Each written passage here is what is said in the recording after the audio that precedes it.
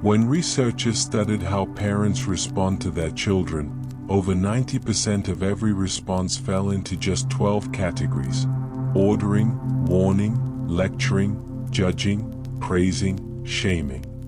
And Dr. Thomas Gordon argued that nearly all of them pushed children away. Welcome to Whispering Pages. If you're here just for the summary, skip to the next chapter. For the rest of us, let's ease in. Set the day down. It's already done. What you hear tonight tends to settle in overnight. Tonight's book is P.E.T, Parent Effectiveness Training by Dr. Thomas Gordon, first published in 1970, a book that changed how millions of parents and children talk to each other. So let's begin. Close your eyes if you'd like, and let's whisper through this one together. There's a quiet crisis running through most families, and it rarely gets named directly. Parents love their children deeply, and yet something in the way they communicate, the ordering, the correcting, the well-meaning advice, keeps pushing those children further away. The conversations get shorter. The doors close a little more each year. By the time a child is a teenager, many parents feel like they're living with a stranger. Dr. Thomas Gordon spent decades as a clinical psychologist watching this happen. He studied under the psychologist Carl Rogers, one of the most influential figures in 20th century psychology, and absorbed Rogers's core belief that the quality of a relationship depends almost entirely on the quality of communication within it. Gordon wanted to bring that insight into the one relationship where it mattered most and received the least training: parenting. In 1962, he sat down with 17 parents in Pasadena, California, and started the first P.E.T class. By the time this book was published in 1970, he had trained thousands of parents across the country. Within a few years, the New York Times was calling it a national movement. More than 250,000 parents had completed the course. But Gordon had resisted writing a book for years. He worried that reading about skills wouldn't be the same as practicing them. He was right to worry, and also right, eventually, to write it. Because what parents told him again and again after reading it was just 2 words: it works. So what is P.E.T? At its core, it's a practical communication system built on one foundational idea: that children deserve to be treated with the same dignity and respect we extend to other adults. Not coddled. Not controlled. Respected. Gordon starts by dismantling a persistent myth that parents should be consistent, firm, and always present a united front. He calls this the parent as God's standard, and he argues it's both impossible and harmful. Real parents have moods. They get tired.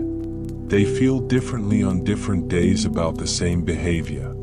And when parents pretend otherwise, when they perform a false certainty they don't feel, children learn to distrust their own perceptions.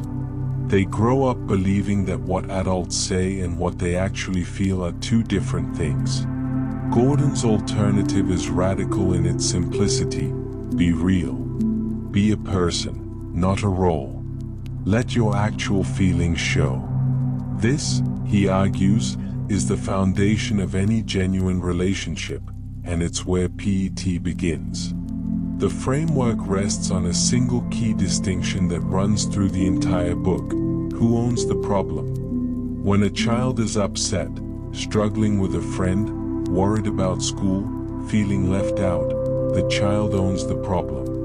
The parent's job in those moments is not to fix, advise, or reassure. It's to listen. When a child's behavior is causing a problem for the parent, noise that disrupts rest, lateness that creates anxiety, mess that makes cooking impossible, the parent owns the problem. The parent's job then is to communicate their own feelings, not judge the child. And when neither is true, When the child is happily absorbed in something and the parent is perfectly content, nobody owns a problem and no intervention is needed at all.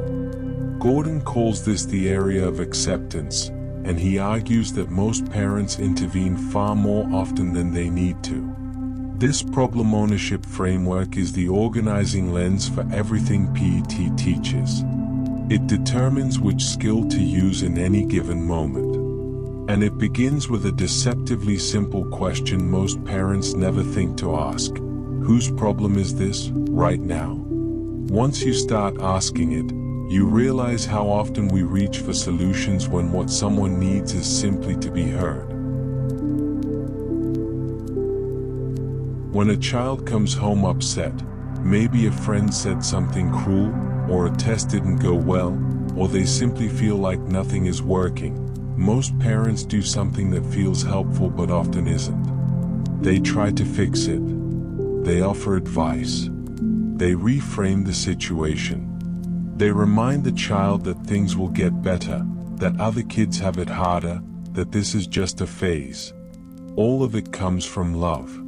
And most of it shuts the child down. Gordon called these responses the typical 12, and the list is worth sitting with.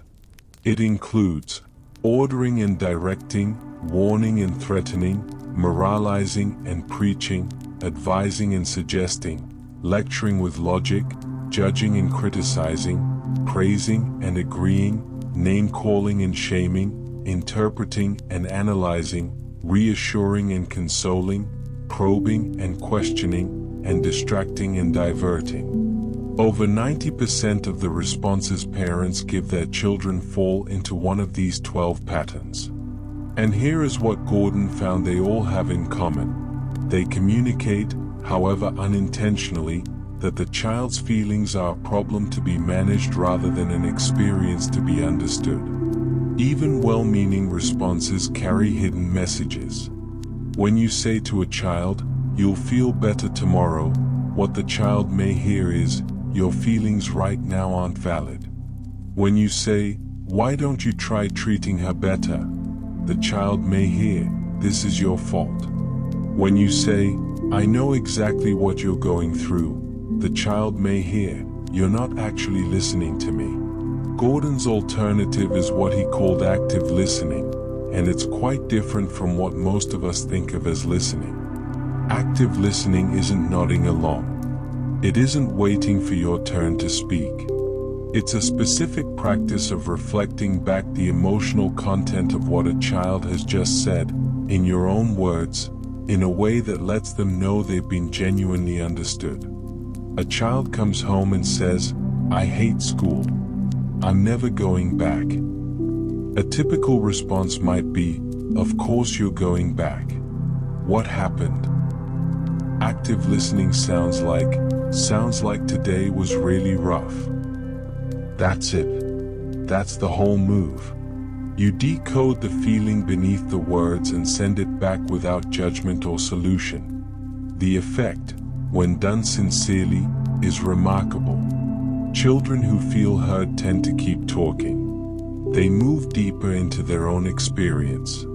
They often arrive at their own insights, sometimes the very insight a parent was about to offer, but because they got there themselves, it actually lands. Gordon is careful to explain the attitudes that active listening requires. You have to genuinely trust that the child can work through this themselves. You have to accept that their feelings, however uncomfortable, are real and valid. You have to be willing to hear something that might bother you without rushing to change it. Active listening fails if it's used as a technique rather than an expression of real regard for the child. He also names the common mistakes. The parroting parent who repeats words back like a recording rather than genuinely reflecting the feeling. The parent who listens for a moment then slams the door shut with a correction or a piece of advice. The parent who uses active listening at the wrong time, when the child just wants information, not reflection. And there's a deeper gift in this skill that Gordon articulates beautifully. When children consistently experience being listened to without judgment, they learn that feelings are not dangerous. They learn that expressing vulnerability doesn't lead to punishment or dismissal. And they carry that lesson into every relationship they'll ever have. Parents sometimes resist this idea. They worry that listening without solving communicates that they don't care. Gordon's response: children know the difference between someone who is present with them and someone who is trying to get the uncomfortable feeling to go away as quickly as possible. Presence, not solutions, is what builds trust. Active listening is the skill for the moments when the child owns the problem. But there's a whole other skill for when the parent owns one, and it requires an entirely different kind of honesty. Most parents, when their child's behavior is causing them a problem, do one of two things. They either lose their temper and say something they regret, or they swallow the frustration and say nothing until it builds into something larger. Gordon offers a third path, and it begins with understanding why most confrontations go wrong. The typical ways parents confront children are what Gordon calls you messages. You are being irresponsible. You need to stop that right now. You are making this so difficult. The structure of these messages always points at the child, at their character, their intentions, their failings. And children, quite naturally, respond to this by getting defensive, arguing back, or simply shutting down. Gordon's alternative is the I message, and the difference is not just grammatical. It's a shift in what you're actually communicating. An I message tells a child how their specific behavior is affecting you, the concrete impact it has on your actual life, without attaching blame or judgment to who they are as a person. It has three components: a description of the behavior, the concrete effect on you, and the feeling that produces. So instead of, "You're so irresponsible about leaving the kitchen a mess," an I message might be, "When I come in to cook and the kitchen is messy, I can't work efficiently, and I feel really frustrated." The child hears something very different. They hear that a real person has a real problem, not that they are bad. And because they haven't been attacked, they don't need to defend themselves. Gordon is careful to distinguish authentic I messages from disguised you messages. "I feel that you are being selfish" is not an I message, it's a judgment wearing different clothes. A true I message doesn't evaluate the child. It exposes the parent. And that exposure takes courage. Gordon is honest about this. Sending a real I message means letting your child see that you're tired, that you're worried, that something matters to you. It means being a person rather than a parent as authority figure. That vulnerability is precisely what makes it work. Children are disarmed by honesty in a way they're never disarmed by lectures. I messages also do something that punishment and blame never achieve. They leave the responsibility with the child. When a parent says, "That hurt me," the child is invited to care about someone else's experience. When a parent says, "You're terrible for doing that," the child is invited only to defend themselves. Gordon also addresses what to do when the environment itself is the problem rather than a single behavior. Before reaching for confrontation, he suggests parents consider whether the situation could simply be arranged differently. A toddler who keeps touching something fragile doesn't need to be disciplined. The fragile thing can be moved. A teenager who loses track of time doesn't need a lecture. They need their own clock and a shared system for checking in. Gordon calls this environmental modification, and he argues that parents reach for verbal confrontation far more often than necessary when a simple structural change would resolve the issue without any friction at all. These two skills, active listening and I messages, cover a wide range of situations. But they don't cover everything.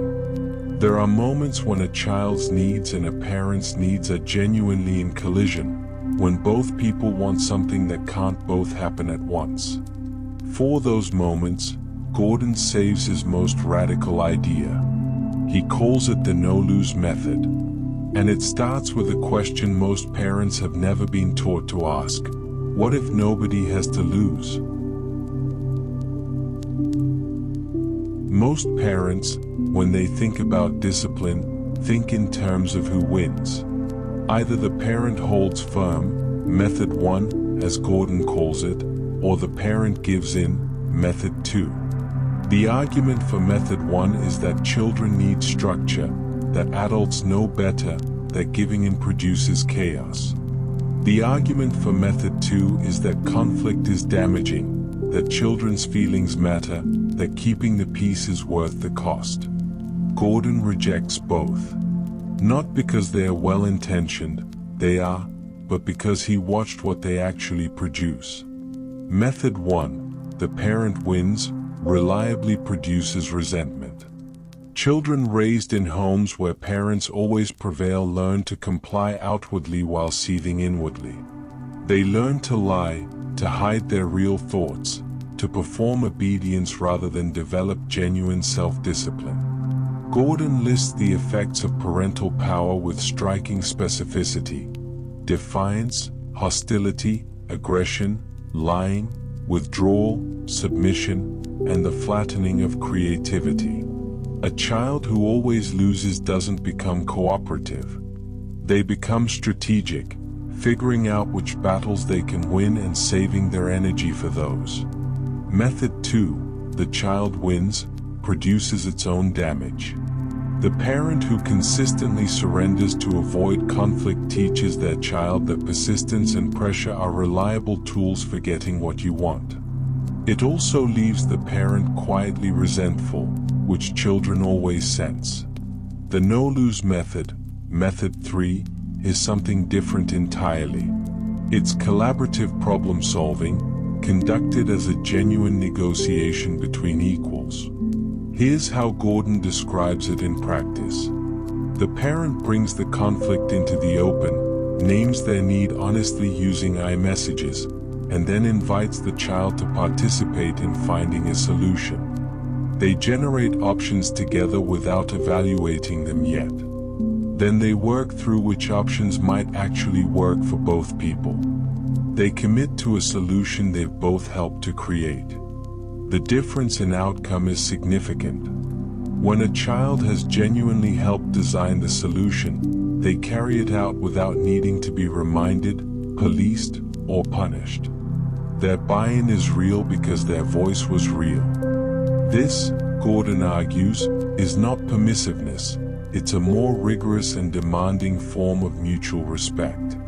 He addresses the fears parents bring to this idea. Won't children just fight for whatever they want? Won't this take forever? Gordon's answer, drawn from thousands of P.E.T. graduates, is that the opposite tends to happen. When children stop experiencing their parents as adversaries, they stop fighting so hard. Conflicts become shorter, not longer. Solutions stick better because both sides chose them. He's also candid about the failures.